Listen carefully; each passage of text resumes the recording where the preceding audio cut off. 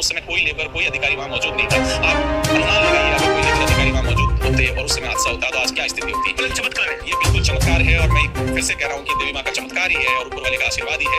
कोई इतना बड़ा हादसा हुआ लेकिन जनहानि एक भी नहीं हुई। और हादसा भी वहां हुआ जहां प्रधानमंत्री नरेंद्र मोदी को उद्घाटन करना था। और ये प्रधानमंत्री नरेंद्र मोदी की सुरक्षा में चूक का शायद संभवतः उनके 12 साल के जो प्रधानमंत्री का कार्यकाल है उसमें पहला मामला है। मैं लगातार प्रधानमंत्री नरेंद्र मोदी को कवर करते आया हूँ। एसपीजी की सुरक्षा जो आप समझ सकते हैं कि एक एक चीज को कहीं कॉम्प्रोमाइज नहीं करेगी। एसपीजी का ये होता है प्रोटोकॉल कि वो प्रधानमंत्री के आने से पहले सारी चीजें अपने हाथ में ले लेती है। यहाँ भी एसपीजी आ चुकी है और एसपीजी के लिए भी अब बड़ा गंभीर सवाल है कि इतना बड़ा हादसा हुआ तो 1 से 2 के बीच वहां पे कौन था, कोई था या नहीं था?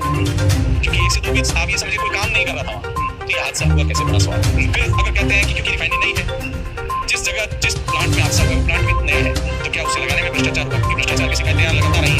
लगातार यहाँ बाउंड्री निर्माण से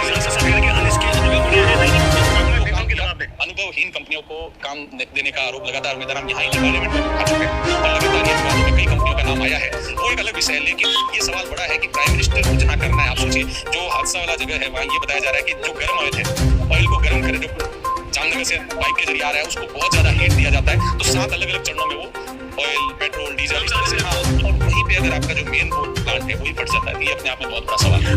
आप देखिए रिफाइनरी के अंदर पीएम मोदी का दौरा है वो स्थगित हो गया है, लेकिन आप सोचिए रिफाइनरी की जो शुरुआत से कहानी रही है वो हमेशा कुछ ना कुछ होता रहा है। चाहे उसे आप विवाद चालू देखिए, जिस दिन इसका शिलान्यास हुआ उसके बाद से इन तमाम चीजों को जानने के लिए हमारे साथ में वरिष्ठ पत्रकार जयपुर और दिल्ली के लोग लगातार अपनी विवाद बात के लिए जाने वाले विवेक श्रीवास्तव है।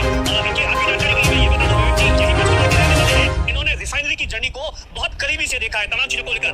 विवेक जी, आपको तो बहुत अंदर से फील भी हुआ होगा इस तरीके से, क्योंकि आप यही के लोग रहने वाले हैं। बिल्कुल दिनेश जी, आज दुख भी हुआ और दोनों बातें हैं, दुख भी हुआ और एक ये भी हुआ कि एक बड़ा हादसा वहाँ हुआ जहाँ प्रधानमंत्री नरेंद्र मोदी को खड़े होकर उद्घाटन करना था।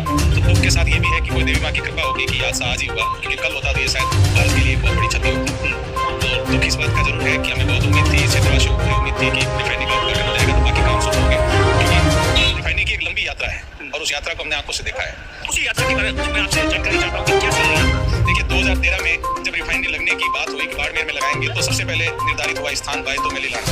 तो आपको पता होगा लीलाना में जब 1-1 करोड़ रुपए बीघे के मानने लगे, कर्नल सोनाराम चौधरी जी अब दिवंगत हो चुके हैं, उनके बारे में कोई टीका टिप्पणी नहीं करेंगे, लेकिन वो जो बात नहीं है कि करोड़ रुपए बीघा तो सरकार को 1000 रुपये मुआवजा देना था।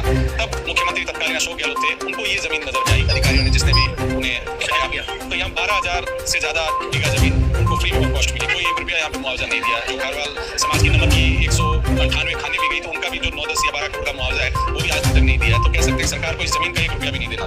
फिर 2013 में शिलान्यास हुआ, तत्कालीन यूपीए चेयरपर्सन सोनिया गांधी ने और तत्कालीन मुख्यमंत्री अशोक गहलोत वो आए और यहाँ पे शिलान्यास हुआ और सपना दिखाया गया। हम सपना मारवाड़ वाले बहुत अच्छा देखते हैं, दिखाता है दुबई बन जाएगा, दुबई के आपको सिंगापुर मान लेते हैं, क्योंकि हमें उम्मीद वाले लोग हैं, उम्मीदों के साथ जीते हैं और अकाल और ये सब चीज देखी होगी। अब तो उम्मीद है, उम्मीद अभी कहने के लिए वो कह सकते हैं पूरी हुई, लेकिन आंखें आप देख सकते हैं युवा कि आज भी यहाँ पे उस इंतजार में है कि शायद कहीं रोजगार के लिए अंदर मिलेंगे, क्योंकि अभी जो यहाँ का युवा है वो या तो कोई गाड़ी चला रहा है या फिर कोई कैंटीन चला रहा है, अनस्किल्ड जॉब है। इसकी यूनिवर्सिटी की बात हुई, लेकिन आप कहीं भी देख सकते हैं यहाँ अभी तक जब भी बजट आता था तो तमाम चीजों की होता है, कोई भी गवर्नमेंट।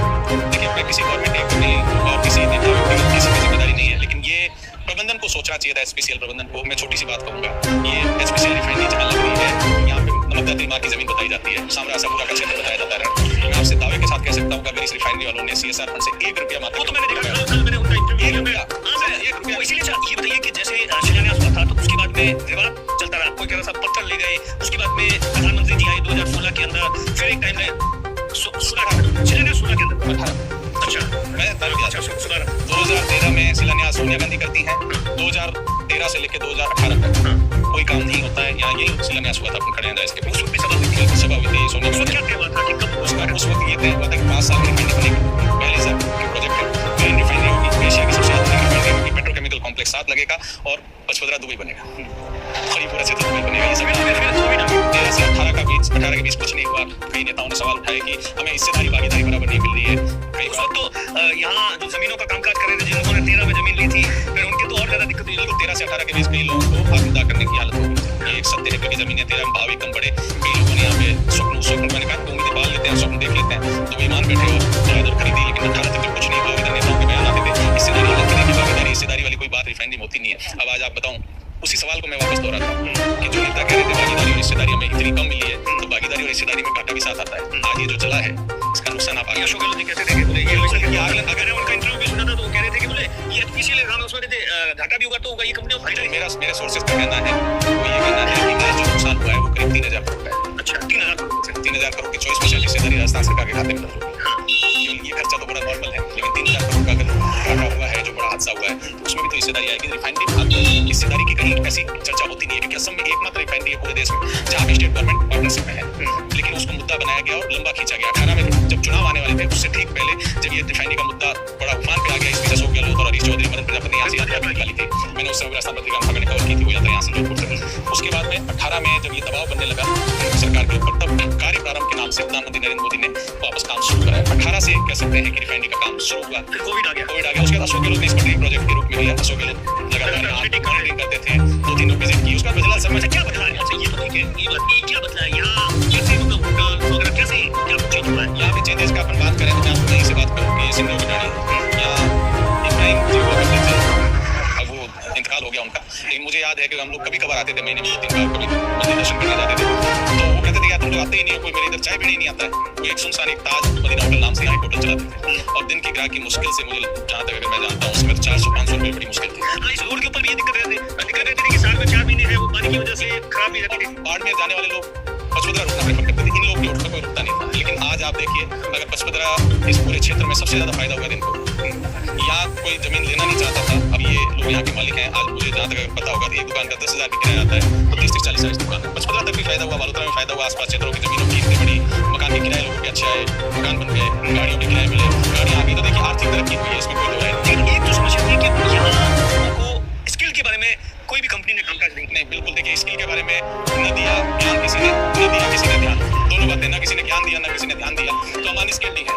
अब हमारे साथ स्थिति ये है कि हम कहीं जाएं काम मांगने तो वहाँ पे केवल हमारे साथ बात भी नहीं की जाती। इसलिए नहीं की जाती है, वो कहते हैं नहीं आपके पास अनुभव कहाँ है, और ये सत्य है, अनुभव है नहीं, और सिखाने की किसी ने प्रयास किया नहीं, किसी ने इस पर ध्यान दिया नहीं, तो हमारे पास अनुभव गाड़ी चलाने का है या फिर बिल्डिंग कंट्रैक्टर के तौर पर काम कर सकते हैं।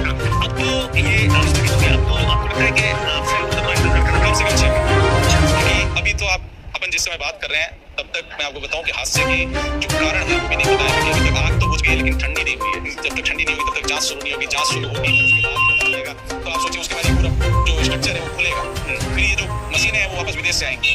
अभी हारमुज वैसे ही बंद चल रहा है, तो वो आएंगी, उसके बाद बहुत तेजी से सरकार प्रयास करेगी। पेट्रोलियम मिनिस्ट्री ने भी क्लियर कर दिया है कि थोड़ा समय लगेगा। प्रधानमंत्री के दौरे को रद्द करने की सूचना के साथ उन्होंने भी ये स्पष्ट कर दिया है कि समय